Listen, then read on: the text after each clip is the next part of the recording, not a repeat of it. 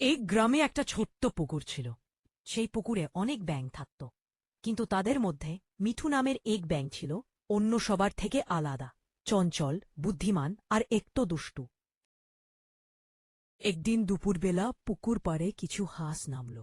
হাঁসগুলো ব্যাঙদের দিকে তাকিয়ে হাসাহাসি করতে লাগল।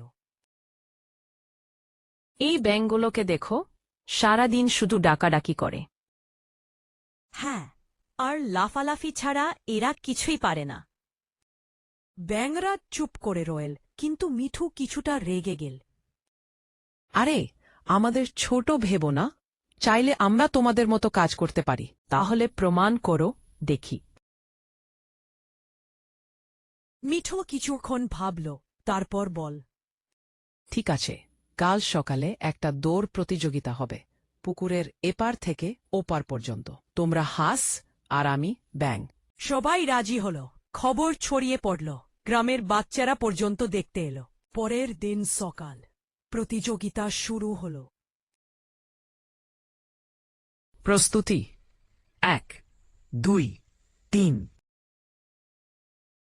হাঁসেরা উড়ে গিয়ে পানিতে নামল, কিন্তু মিঠু এক লাফে সরাসরি পুকুরে ঝাঁপ দিল। এই, তুমি শর্টকাট নিলে। না না, আমি তো শুধু আমার বুদ্ধি ব্যবহার করলাম। পুকুরের ভেতর দিয়ে ব্যাঙের দ্রুত লাফে মিঠু সবার আগে পৌঁছে গেল। গ্রামের সবাই হাততালি দিল। বাহ, ছোট বলে কাউকে হে করা উচিত নয়। প্রত্যেকের আলাদা ক্ষমতা আছে। হাঁসেরা লজ্জা পেয়ে বলল।